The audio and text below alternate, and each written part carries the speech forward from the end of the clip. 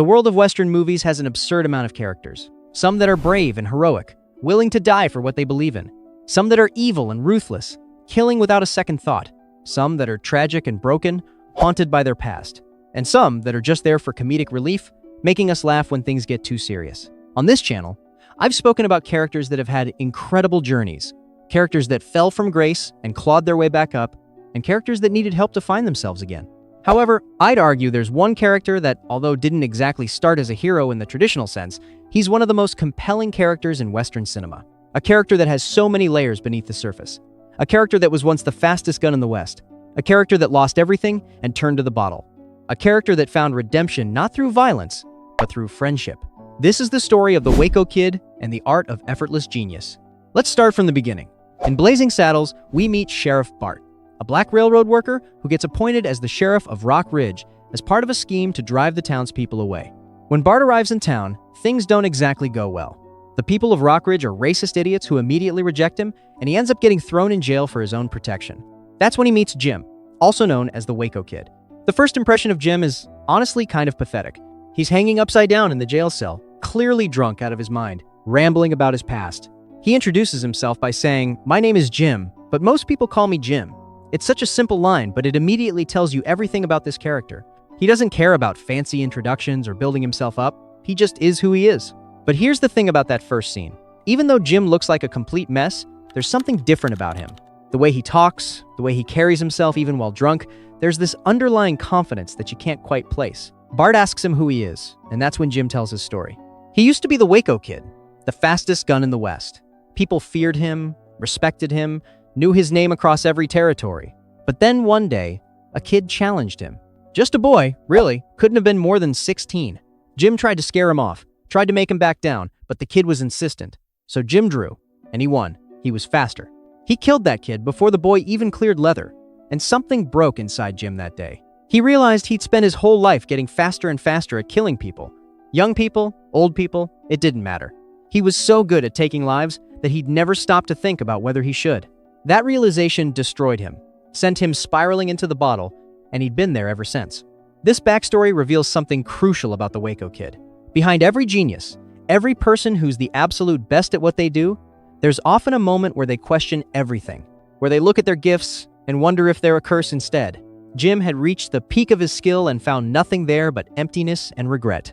The fastest gun alive. And for what? To kill a kid who didn't know any better? That's the weight genius carries sometimes. When you're so good at something that you can do it without thinking, you have to live with the consequences of that power. Leave a comment below. What are some of your favorite Western movie characters? Also, please leave a like and subscribe while you're down there.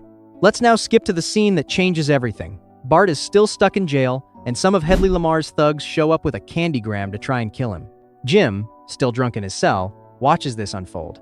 He's playing chess with himself, making moves on both sides of the board, which already tells you this man's mind works on a different level. Most people can barely think one move ahead. Jim's thinking several moves ahead for two different players. While Bart is dealing with the thugs, Jim casually assesses the situation. He's not panicking, not worried, just observing. And then it happens. The moment that shows you the Waco Kid never lost a damn thing except his purpose.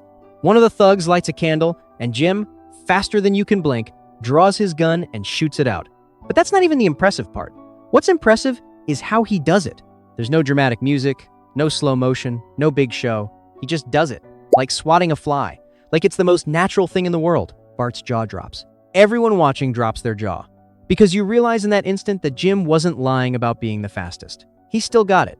The skill never left. The genius was always there, buried under the whiskey and self-loathing, but present nonetheless. This is what makes the Waco Kid such a fascinating character. Even at his absolute lowest point, falling down drunk in a jail cell, the gift remains. You can't unlearn that kind of mastery. It's like asking a concert pianist to forget how to play. The hands remember, the muscle memory is there, the genius is hardwired into who they are. What this scene also shows us is that Jim hasn't lost his ability to read situations. He knew exactly when to act, exactly what to do, and exactly how to do it with minimum effort. This connects to something I find really interesting. In real life, we see this with people who are exceptionally talented at something. Depression, addiction, trauma, none of it erases the skill. They might not use it, they might hide from it, but it's always there waiting. Jim is the perfect example of this. He ran from his talent because it brought him pain, but he couldn't escape it. and meeting Bart gives him something he hasn't had in a long time. A reason to use that talent for something other than death. The relationship between Jim and Bart is the heart of this movie, honestly. From that moment in the jail, Jim sees something in Bart. Here's another outsider, another person the world has rejected, trying to survive in a place that doesn't want him. Jim was rejected by his own conscience. Bart is rejected by racist idiots. Different reasons, same isolation. But here's what makes Jim special as a mentor. He never talks down to Bart. He never acts like he's this legendary gunfighter teaching a student. He treats Bart as an equal from the very start. There's this mutual respect that forms immediately. Bart respects Jim's skill and wisdom. Jim respects Bart's courage and intelligence. It's a partnership, not a hierarchy. Throughout the movie, we see Jim supporting Bart's plans without ever trying to take over. When Bart comes up with the idea to save the town, Jim doesn't say, "I know better, let me handle this." He says, "What do you need from me?" That's the mark of someone who's truly confident in themselves. They don't need to be in charge to feel important. They don't need credit to feel validated. Jim is perfectly content being the support, the backup, the friend, because he already proved everything he needed to prove to the world.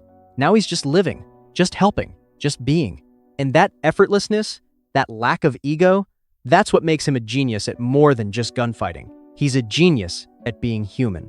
Think about how rare this is. Most people who achieve mastery in something become defined by it. They make it their entire identity. The musician who can't talk about anything except music. The athlete whose whole personality revolves around their sport. The genius who needs everyone to know they're the smartest person in the room. They get trapped by their own excellence, becoming one-dimensional caricatures of themselves. Jim avoided that trap. Yes, he's the fastest gun in the West, but that's not all he is. He's also a friend, a mentor, a philosopher, a survivor. He's a complete person who happens to be exceptionally good at one thing, rather than being that one thing with a person attached to it. This wholeness, this refusal to be reduced to a single skill, that's another form of genius that gets overlooked. There's this concept in Chinese philosophy called Wu Wei. It translates roughly to effortless action or doing without forcing. It's the idea that the most effective way to do anything is to work with the natural flow of things rather than against it. Water doesn't force its way through rock, it flows around until it finds the path. Jim embodies Wu Wei completely. When he draws his gun, there's no tension in his body, no strain. It's just a natural extension of his intent. When he gives advice, it's simple and direct, not complicated or preachy. When he moves through the world, he's like water, finding the path of least resistance while still getting exactly where he needs to go. Compare this to Bart, who has to constantly prove himself. Bart is fighting upstream the entire movie, fighting to be accepted, fighting to be respected, fighting to save a town that hates him. And that's necessary for Bart's character. That struggle is his journey. But Jim shows him there's another way. You can be powerful without being forceful. You can be skilled without being showy. You can be a genius without needing everyone to acknowledge it. This is something I think about a lot in my own life. We're so conditioned to perform our competence, to make sure everyone sees how good we are at things. Social media has made it worse. Everyone's constantly broadcasting their achievements, their skills, their worth. But Jim would never do that. Jim doesn't need you to know he's the fastest. He just is. And if you doubt it, well, he'll show you once and then go back to whatever he was doing. There's also something to be said about how Jim handles failure and setback. When you watch him throughout the movie, you notice he never gets flustered. Things don't go according to plan sometimes, and he just adapts. No complaining, no blaming, no excuses. He assesses the new situation and adjusts. This is another hallmark of true mastery. Amateurs panic when things change. Experts flow with the change because they understand that rigidity breaks but flexibility bends. Jim has been in enough tight situations to know that the plan never survives contact with reality. You do your best, you adapt when necessary, and you keep moving forward. That's it. No drama required. The genius of effortlessness is that it looks easy because for the master, it is easy. Not because the thing itself is easy, but because they've put in so much work that the difficulty has been smoothed away. Every rough edge polished, every wasted movement eliminated, until what remains is pure efficiency. Jim has been the fastest gun for so long that drawing is as natural as breathing. He doesn't think about it any more than you think about walking. His body knows what to do, his mind is free to focus on other things, like whether this situation actually requires violence or if there's a smarter way to handle it. That's the next level of mastery. Not just being able to do the thing, but knowing when to do it and when not to. You see this principle in every field of human excellence. The chef who can tell when something is perfectly cooked without a thermometer because they've cooked that dish 1,000 times. The carpenter who can cut a perfect angle by eye because their hands know the feel of it. The teacher who can read a classroom and adjust their lesson on the fly because they've seen every type of student confusion there is. These people aren't performing magic. They've just practiced so much that the mechanics have become unconscious, freeing them to operate on a higher level. Jim operates on that higher level constantly. He's not thinking about how to draw fast. He's thinking about whether he should draw at all. He's transcended the technique to focus on the wisdom. Let's talk about the campfire scenes, because this is where we really see the depth of Jim and Bart's friendship. They're sitting around the fire, and Jim opens up more about his past. He talks about the guilt, the weight of all those lives he took. He doesn't try to justify it or excuse it. He just owns it. That was who he was, and he has to live with it. But what's beautiful about these scenes is that Bart doesn't judge him. Bart listens, understands, and accepts Jim for who he is now, not who he was. And in return, Jim gives Bart something invaluable. He gives him confidence, not false bravado, but real, genuine confidence. The kind that comes from knowing someone believes in you. Jim never once doubts Bart's plan to save Rock Ridge. Is it crazy? Absolutely. Is it going to work? Probably not. Does Jim care? Not even a little bit. He's all in, because Bart is his friend. And that's what you do for friends. You support them even when their plans are insane. You stand beside them even when the odds are impossible. You believe in them when no one else will. This is where Jim's genius extends beyond gunfighting, into the realm of being a genuinely good person. He makes friendship look effortless too. No grand declarations, no dramatic speeches about loyalty. Just quiet, consistent presence. Just showing up, just being there. I think this is why Jim found the bottle in the first place. It wasn't just the guilt of killing, though that was part of it. It was the loneliness. When you're the best at something, truly the best, it's isolating. No one can relate to you. No one understands the burden of that level of skill. You're alone at the top, and the view isn't as great as everyone thinks. Jim had no peers, no equals, no real friends. Just people who feared him or wanted to use him. Meeting Bart changed that. Here was someone who needed Jim not for his gun, but for his guidance, his wisdom, his company. And Jim needed that just as much. He needed to be needed for the right reasons. He needed a purpose that wasn't about death. That's the beautiful thing about their relationship. It's mutual. Bart learns from Jim, but Jim also learns from Bart. He learns that his skills can build instead of destroy. He learns that he can be a hero in a different way. He learns that there's life after rock bottom. Let's now skip to the final act of the movie. Hedley Lamarr has assembled an army of thugs to destroy Rock Ridge and take the land. It's an overwhelming force, and the townspeople are useless. This is where Jim steps up, and it's important to note how he does it. There's no big speech, no moment where he announces, "I'm back," or "the Waco Kid rides again." He just straps on his guns and gets to work. That's it. No fanfare, no drama, just quiet competence. When the fighting starts, Jim moves through it like he's choreographed it in his sleep. He's not flashy, he's not showing off, he's just incredibly efficient. Take out this guy, move to cover, take out that guy, reload, keep moving. It's almost boring how good he is. Almost.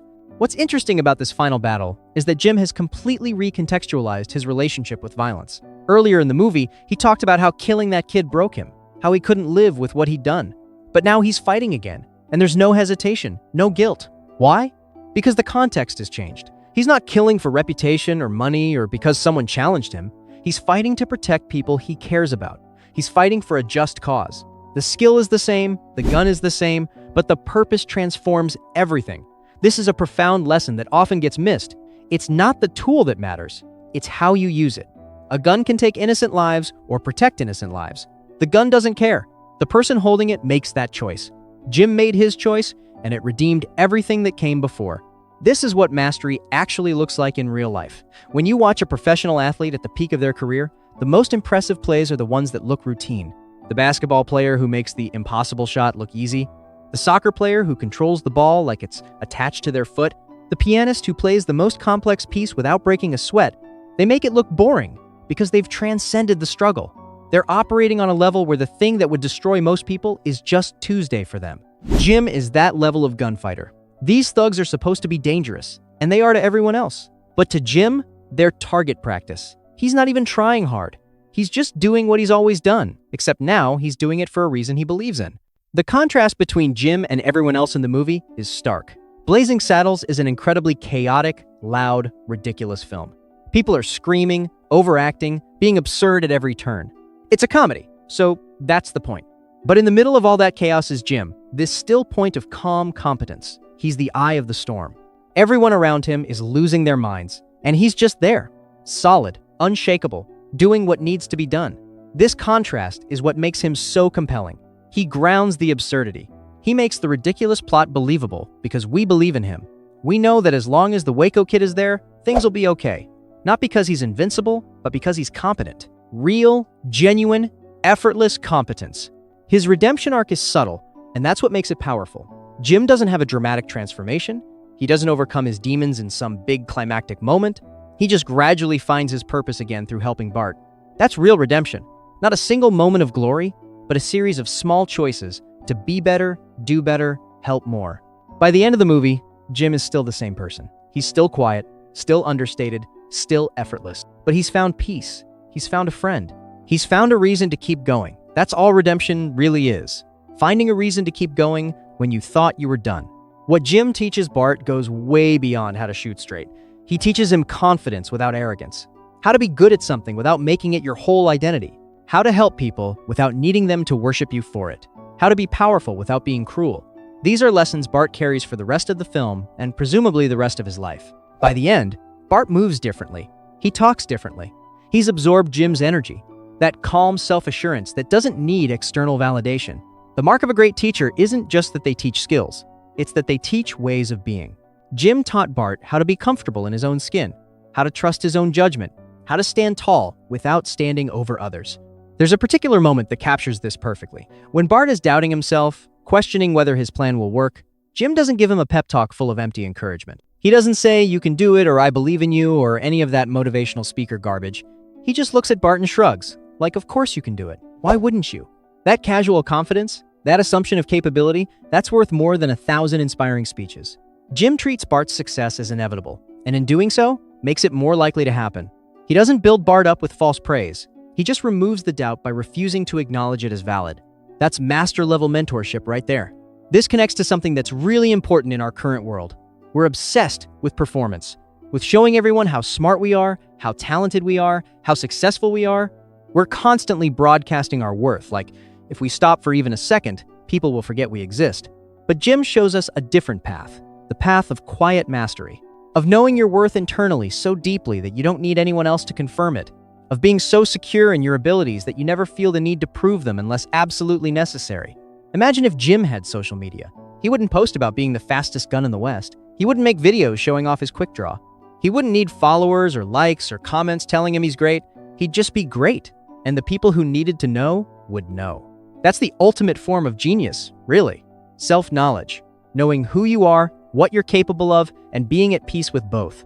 Not striving for more validation, not chasing more glory, just existing as the fullest version of yourself. Jim reached that state, lost it when he realized the cost of his gifts, and then found it again in a healthier form through friendship and purpose. That's the complete journey. From unconscious competence to conscious guilt to conscious purpose. He went through the fire and came out refined. There's this Italian Renaissance concept called Sprezzatura. It means studied nonchalance, the art of making difficult things look easy. It was considered the height of sophistication in courtly life. The perfect courtier could dance, fight, speak multiple languages, play instruments, all while making it seem like they weren't even trying. Like these incredible skills were just natural talents they happened to possess rather than things they worked incredibly hard to master. Jim is the embodiment of Sprezzatura. His quick draw looks casual, like he's just reaching for a glass of water. His wisdom sounds offhand, like he's commenting on the weather. His heroism feels incidental, like he just happened to be in the right place at the right time. But behind all that nonchalance is years of practice, pain, growth, and hard-won wisdom. The difference between effortless and careless is that effortless requires deep care. You can only make something look easy if you care enough to master it completely. Jim cares deeply about his skills, about doing things right, about helping Bart, about making a difference. He just doesn't perform that care. He doesn't make a show of it. He internalizes it so completely that it becomes part of who he is, and then it flows out naturally, like a spring bubbling up from underground. You don't see the source, you just see the water flowing, clear and pure and seemingly endless. That's Jim. All that skill, all that wisdom, all that goodness flowing out of him naturally because he's done the internal work to make it part of himself. In real life, we see this in masters of any craft. The musician who plays complex pieces without thinking, their fingers finding the notes automatically while their mind soars above the technical aspects into pure expression. The writer whose words flow onto the page naturally, Not because writing is easy, but because they've practiced so much that the mechanics are unconscious and they can focus on the art. The athlete who moves like water, their body responding to situations faster than thought because they've trained the responses into muscle memory. They all went through the struggle phase. They all had the moment where it was hard, where they wanted to quit, where they questioned if they'd ever be good enough, and they pushed through that moment, kept practicing, kept growing, until one day they looked up and realized it had become easy. Not because the thing changed, but because they did. Jim went through his struggle phase a long time ago. He became the fastest through countless hours of practice, through facing death over and over, through surviving when others didn't. He earned his skill. Then he went through a different struggle, the existential crisis of questioning whether his gifts were worth the cost. The drinking phase was his chrysalis, his dark night of the soul. And he emerged from it not as a different person, but as a realized version of himself. The same skills, the same genius, but now channeled toward creation instead of destruction, toward helping instead of hurting, toward building up instead of tearing down. That's the complete arc of mastery. Skill, crisis, purpose. Jim completed the journey. It makes sense as to why the Waco Kid becomes the heart of Blazing Saddles. In a movie that's fundamentally about chaos, absurdity, and breaking every rule of traditional Westerns, Jim is the grounded center. He's the one character who could exist in a straight Western film and not feel out of place. He's got that classic Western hero energy, but refined, matured, made wise through suffering. His effortless genius grounds all the absurdity around him. When the movie gets too ridiculous, Jim's presence reminds us there's something real here, something human, something worth caring about. He makes the impossible plot believable because we believe in him. We trust him. We know he's the real deal.